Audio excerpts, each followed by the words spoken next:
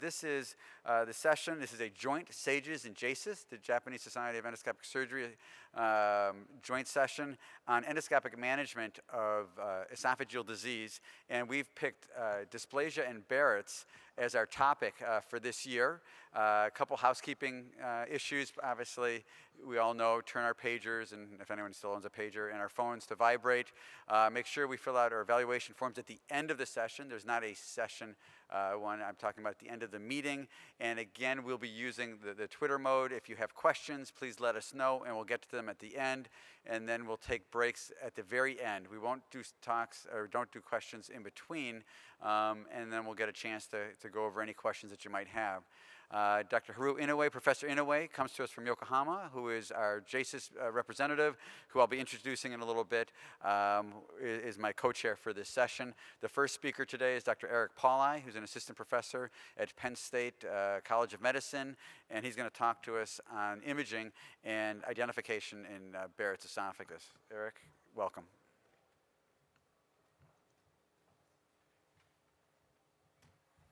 Well, thank you, Dr. Marks and Dr. Inoue. It's my pleasure to speak today.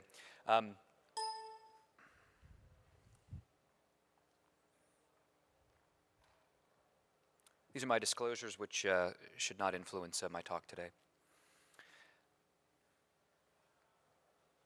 My objectives are threefold. You can see them in the program insert. We want to be able to identify and classify Barrett's esophagus methodically. We want to be able to describe the grades of dysplasia that you may find on biopsy specimens. And ultimately, we want to understand the role that narrowband imaging and that chromoendoscopy will play in the diagnosis of Barrett's. I'm going to do a little bit of the basics. I think you're going to hear a lot of this theme recurring through the day today, so I'll go through this relatively quickly. We all know that Barrett's is a pre-malignant condition for adenocarcinoma, and that it substantially increases the risk of the development of cancer, and it's associated with chronic reflux. In all cases, we define part of the disease process as finding the level of the squamo-columnar junction, so where the mucosa meet, or the Z-line, as you'll see in my slides, that no longer coincides with the anatomic location of where the esophagus and the stomach meet, which we'll describe as the GE junction. The resulting mucosa, I think as we all know and have seen from previous endoscopies, is visible as this salmon pink-colored mucosa that you can see on routine endoscopy. Sort of a classic endoscopic appearance of the Barrett's esophagus. You can see in the background the location of the anatomic junction between the esophagus and the stomach, so we'll call this the GE junction, and we identify that with gastric folds. We can see this classic salmon pink color mucosa, and we can see that where the Z-line is, where the squamo-columnar junction is not located in the same spot as where the stomach and the esophagus meet. So to diagnose Barrett's, which is what most of us want to do when we're doing a routine upper endoscopy, you have to identify where the columnar epithelium lining that lines the esophagus in the Barrett's meets. You have to be able to identify that. So whether that's based on the color or on the location, you have to be able to find it. The second is that you have to biopsy it, and I'm not going to go into the specifics about biopsying the esophageal mucosa today, but there are some specific techniques that we know increase the biopsy yield of this junction. To do this successfully, to make the diagnosis, you have to be able to correctly identify where the squamo-columnar junction, or the Z-line, and the GE junction are located, to say that they are or are not at the same place. And for most cases of Barrett's, that's relatively easy because the GE junction is located in one spot, as we saw on the slide, and you can identify that the squamo-columnar junction is located in a different spot. However, in cases where there is an associated hiatal hernia, which happens in a substantial portion of these patients, it can be hard to figure out exactly where the GE junction is located and where the squamo-columnar junction is located. And that makes it difficult not only to identify if there is or is not abnormal mucosa, but exactly how much abnormal mucosa there is. Most published studies in the literature use a definition of the GE junction as where the proximal gastric folds are located. So that is the anatomic landmark that you should look for at endoscopy to say this is the GE junction. This is advocated by the AGA in their medical position statement on Barrett's esophagus. And so in the gastroenterology literature, which is where most of the data you'll find about surveilling Barrett's and diagnosing Barrett's, comes from, this is the definition that's used. Again, as I said, you must biopsy the correct area. It's very easy when you're doing this, if you're not experienced with it, to biopsy normal gastric mucosa or to miss and get normal squamous mucosa. You need to identify and biopsy the Barretts, so I can't emphasize that enough. Again, I just wanted to show you back the same picture. You know, we talked, you can find the mucosal folds of the stomach, and we would locate this as the GE junction to say that the squamocolumnar junction is differently located. So even in a case where there is a hiatal hernia, you can identify those folds, and that's what we look for at endoscopy. Now, our traditional classification scheme, and the one that I was trained with to define Barrett's esophagus, defines it as short segment in which the distance between the Z line and the GE junction is less than 3 centimeters, and then long segment in which the distance is equal to or greater than 3 centimeters. We use the term ultra short segment when the distance between the two is a centimeter or less. And then there's this fourth term, which is a little bit harder to define, in which there is identification of metaplastic intestinal mucosa, but the GE junction and the Z line occur in the same spot. So some people have called this ultra short segment. The bottom line is there is abnormal mucosa even though the GE junction and the Z line occur at the exact same spot. Now, the downside to this traditional classification scheme is that it's not ideal. It's not ideal for a number of reasons, but the most important one is that in multiple studies, it's been shown that there's a high inter-observer variability between one person identifying how long the segment is and the next observer. In Japan, for example, there was a movement at times to utilize the localization of the palisade vessels to say that this is where the GE junction is located. And when you do that, there is better intra-observer variability, but it still isn't perfect. The current recommendations to define Barrett's esophagus don't use those 4 terms that we just talked about. They use the Prague C and M criteria. So we'll show you how to do this. It's not hard.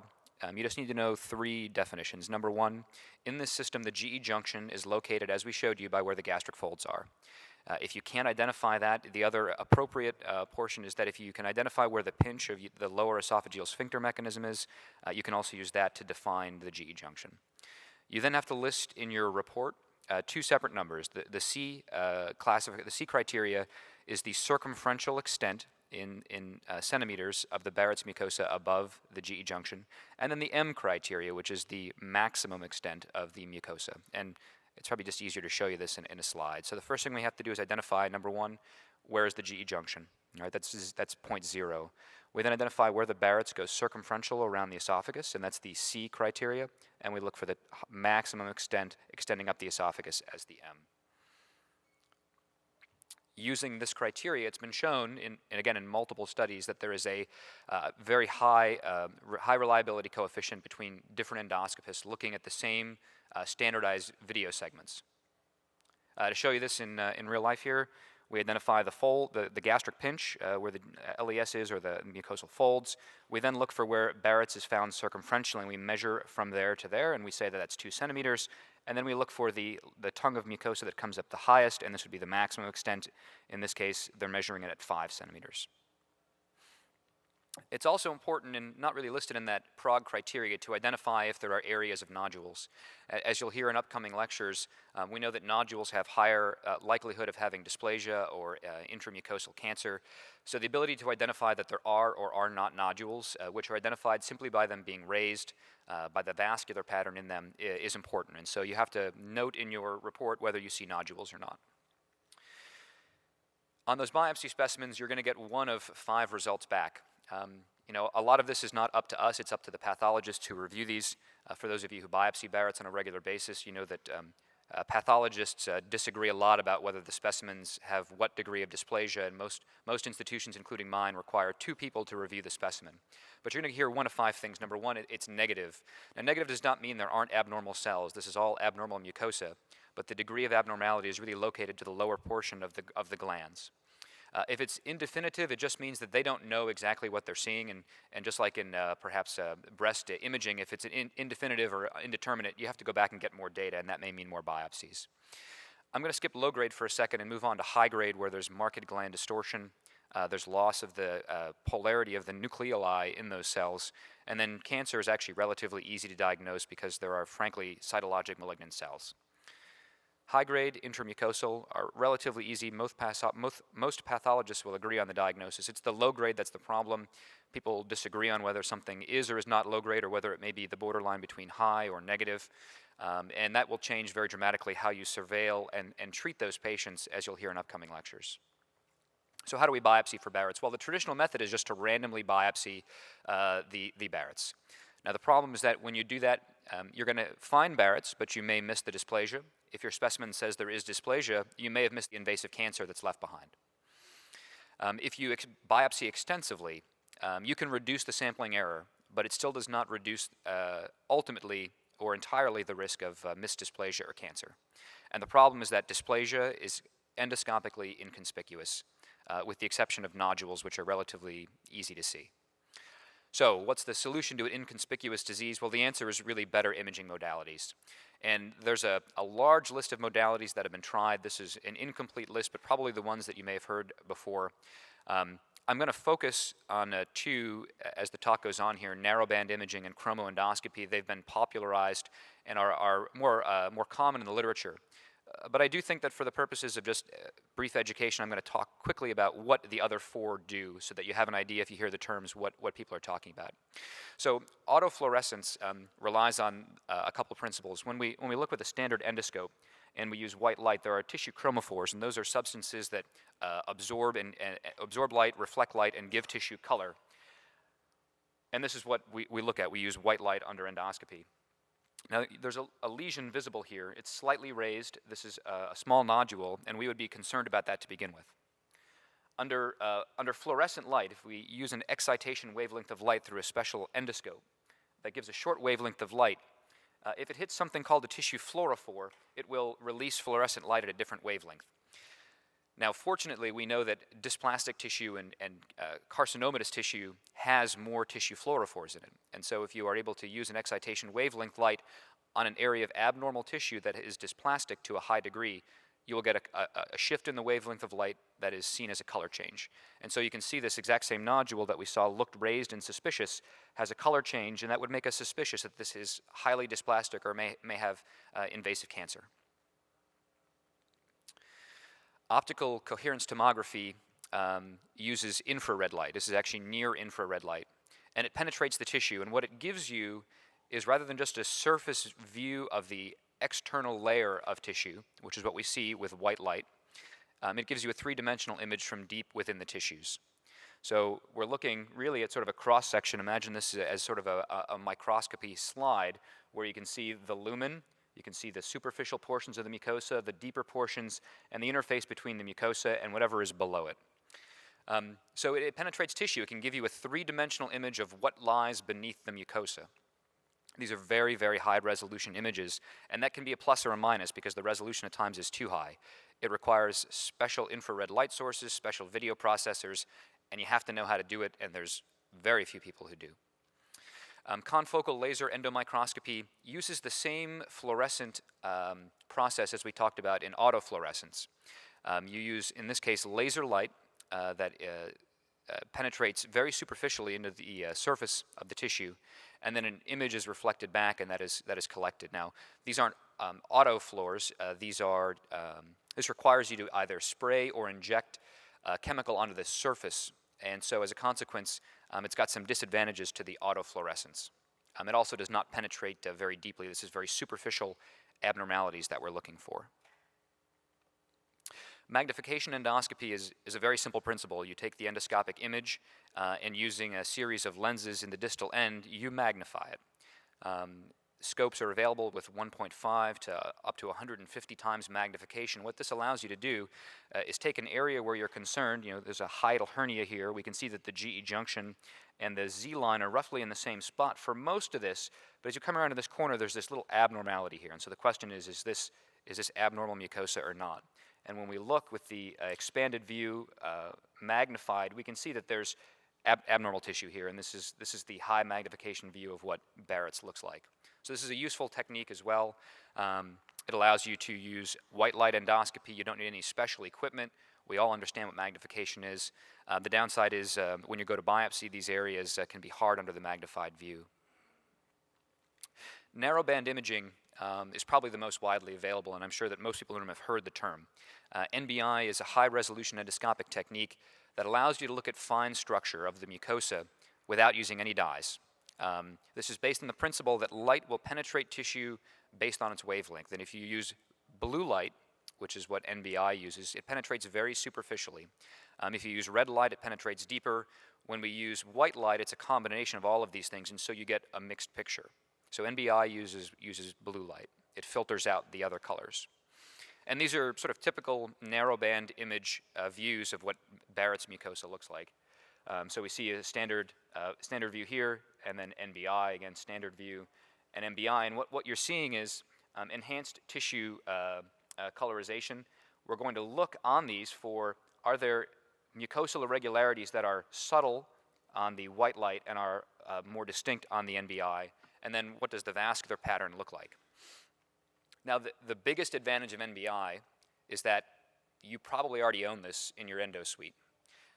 Most endoscopes, most video processors nowadays come with an NBI mode available.